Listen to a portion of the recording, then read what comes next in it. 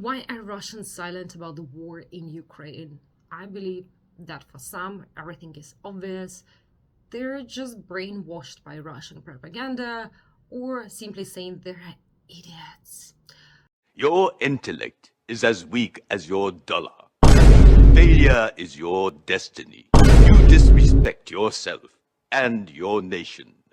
You are made of stupid. Or even worse, they're bloody criminals, and all of the Russians are like that. And no matter what I write and say on my YouTube channel, such as openly saying that I don't support any war and I'm actually a pacifist, I'm still labeled as a war criminal by some. So who cares, really?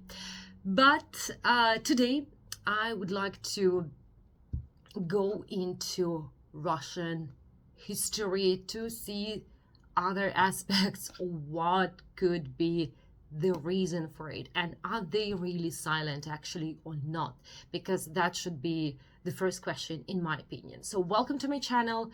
My name is Tanya and I show alternative Russia without filters. I share my honest and objective opinion from Moscow.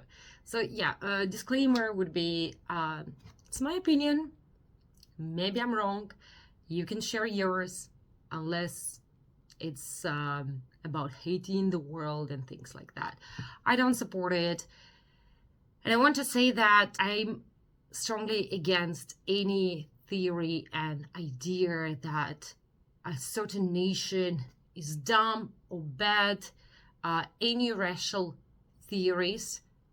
So it actually seems absolutely insane to me that in the 21st century, after everything that we've been through in history, people still believe in it. So my video is actually to show that, it's not about your nationality. It's often about the conditions you live in and you were born in. And of course, I don't want to justify anyone. My goal is just, to explain what is happening and hopefully prevent these events in the future. So let's start.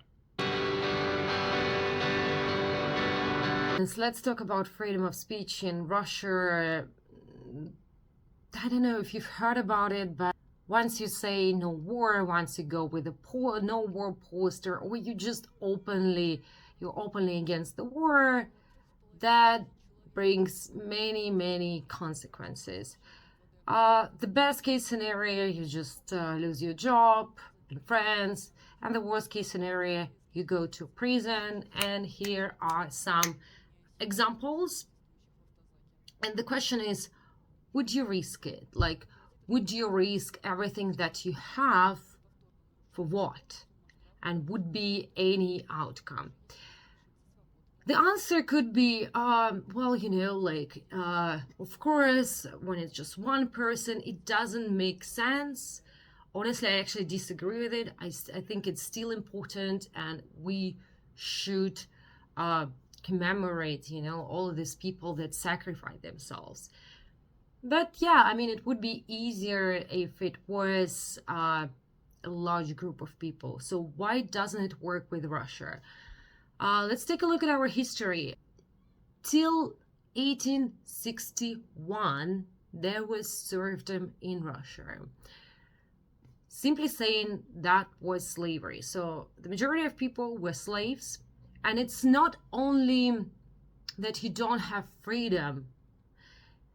When you get it, you actually don't know what to do with it. There's an amazing book by Eric Fromm that I highly recommend, Escape from Freedom. The idea is that, even when people have it, they still, they don't know what to do with it. So they ask someone else to decide for them. It also comes with an idea that there are some people who deserve more. They're just chosen one. So that is, a very, very big issue, and you cannot just get rid of it in one day. It comes with education. But in Russia, it came with one of the biggest historical events, the revolution, the Russian Revolution in 1917.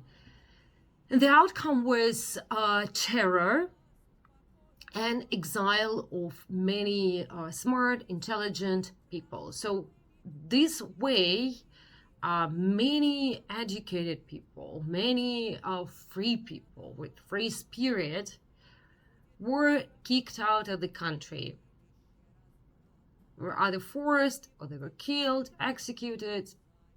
And later on, this story continued, and the highlight of it was the 30s, Stalin's repressions or Stalin's purge. There are different numbers in Russia. The official number is nearly 2 million people. In Western media, you can find 20 million people that were sent to Gulag, to Russian concentration camps. Again, it's certainly a traumatic experience for the society, and it's not really easy to comprehend it when you didn't experience it, when you didn't live in the society. It comes with fear. When generation after generation, you couldn't openly share your opinion anywhere, even among your friends. You couldn't say, you couldn't read. People were sent to concentration camps not only for being against Stalin, which was, even hard to imagine, but just for reading someone like Boris Pasternak, some forbidden writers. So, when your great-parents, grandparents lived in this situation, they teach you not to stand out, not to share your opinion. Just, keep quiet. Someone might say this doesn't excuse them, but again, life is much more difficult and complicated. It's very difficult to get rid of what was inherited through generations, the behavioral patterns that we have. And interestingly, not to risk was a survival pattern for everyone in the world. This is what evolution is. When we open history books, or for the modern world, it's more about movies, Hollywood movies, we see these heroes like Spider-Man saving the world.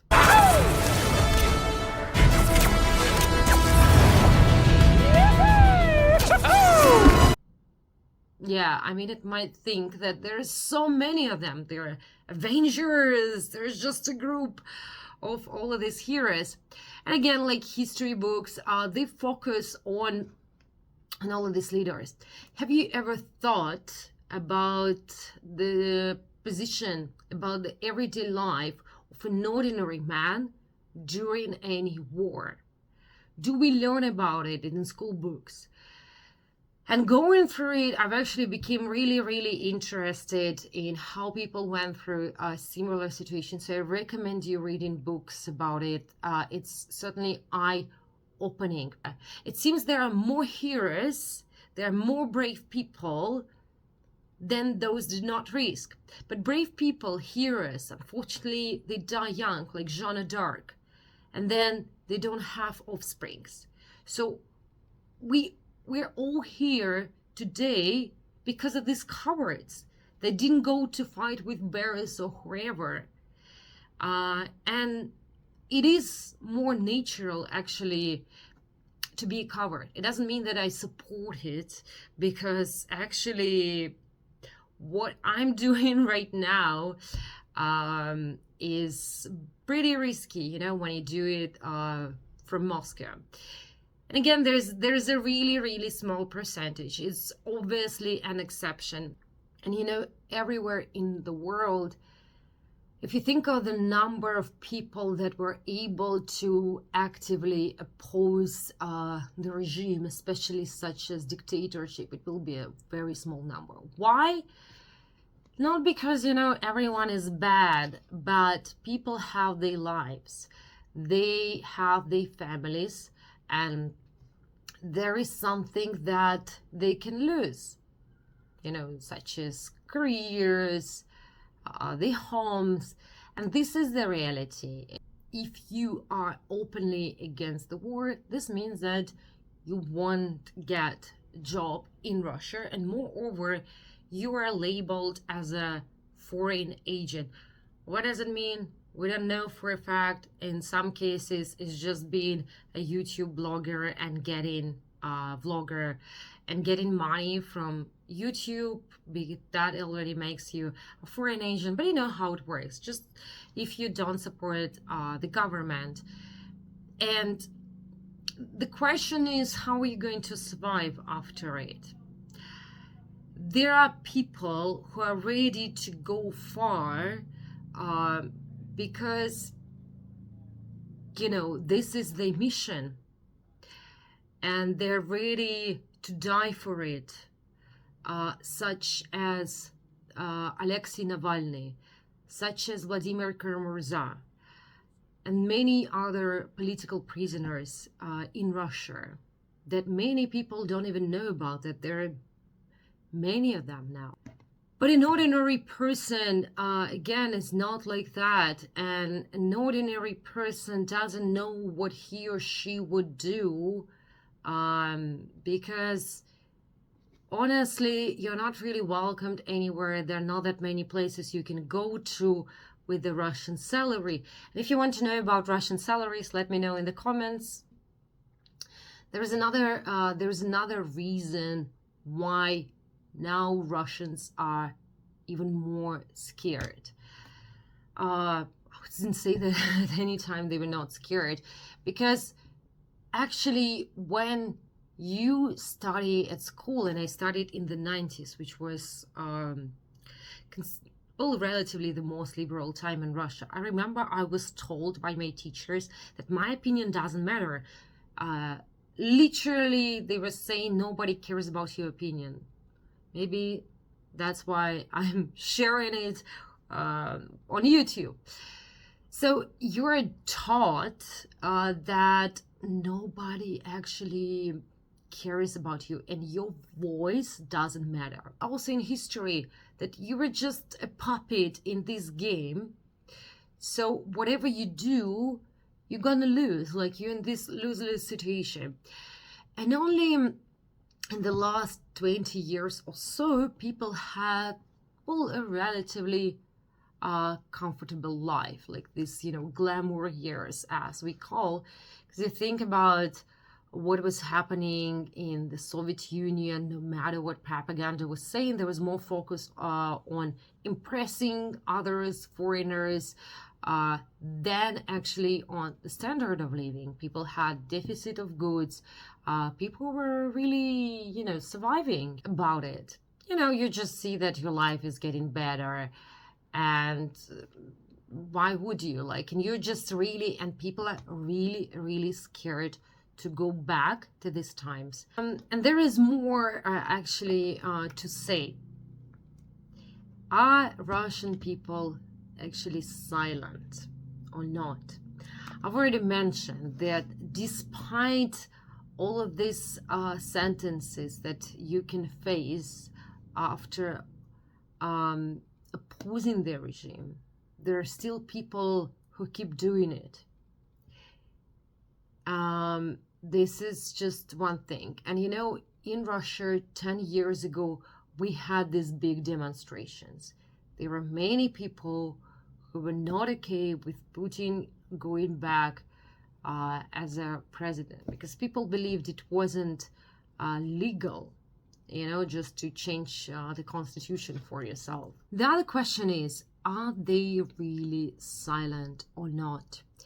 Because how would you hear about it? Let me know, by the way, if you've heard about Russians being against the war, if you know any Russians. It is about the agenda that was created for you, and we don't know about all the all the news in the world. And of course, today there's no focus on Russians who oppose the regime, but as a Russian or any other person in the world, when you want to say that you don't support something happening in your country, would you do it in English or in your native language?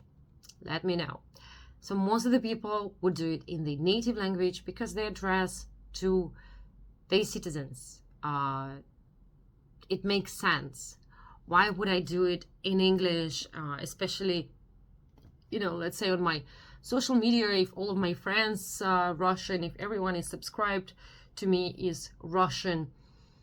There are, of course, some exceptions who have many friends abroad and who wanted to show that not every Russian supports it, but it's definitely a much, much, much smaller number than what you have. And of course, again, in the beginning, there was more focus on Ukrainians, how they feel, than on Russian celebrities that don't support the war. There are many of them. They were big concerts, and many also donated money to Ukraine, although again I often hear that Russians are ignorant, no one does anything. It's not true, and it doesn't matter how small the number is, considering the circumstances that these people are labeled again as a foreign agents, pretty much the same thing as they had in the Soviet Union with the enemy of the state. And it comes to them even losing the property. They might lose the property. So a lot of hate from the society and everything. So it's really a brave thing to do. And there are also many Russians that have fled Russia after the beginning of the war. This is also something that shows people are not okay with this situation. They might have their own reasons. And even the fact that someone, leaves Russia because he doesn't want to go to this war, he doesn't want to fight, also shows that not every Russian, is a bloody murderer, as some of the commentators might write. Let me know if you want me to do a video about Russian celebrities that don't support the war, what they say and not. Again, I'm not sure that I can do all these videos publicly, so for now I do it for members of my channel, and I don't have any monetization on YouTube. So if you want to support my work, you can become a member, either Buy Me a Coffee or Patreon, or you can make a contribution on PayPal, Buy Me a Coffee, donation alerts. This way I'll be able to create more videos for you, to invest more time in it. And for now I do more streams for the members, where I share my opinion about news in Russia, everything that is happening. And also I do streams and lectures on history, on literature, so you can subscribe to it also as a free member, just to see what is happening, and maybe there'll be something you could be interested in. So to sum up, I want to say that of course, it's always easier to judge someone, another country, than your own country, and it's everywhere in the world. We always get more emotional, when it comes to us, and it's quite interesting that when you talk to people about the same, similar situations in their country and in another country, people might view things differently. They will always find excuses and explanations. So today, my goal was not, to excuse Russians, because obviously I'm also, I don't know to say angry or not, or disappointed that the situation we're living has a lot to do with the ignorance of many people. And no matter what I did personally, no matter what I said, no matter how active I was personally, I'll still be labeled as this Russian. This video I tried to address to empathy, to show that people are people, and the majority of us are not heroes, and it's understandable. And people are people, and I personally believe that we need more empathy to understand each other and to avoid conflicts, because hate towards Russians doesn't bring anything except for more hate from the Russian side. And I can see it. Like, I can see that Russians are getting also angry and angrier. So let me know in the comments, what do you think? What do you think are the options for Russians? What would you choose? Would you go to prison, or would you just keep quiet? Would you immigrate without English or anything? And what other topics you'd like me to cover on my channel? So thanks for watching. If you enjoyed this video, please don't forget to press the button, like, and subscribe. See you soon.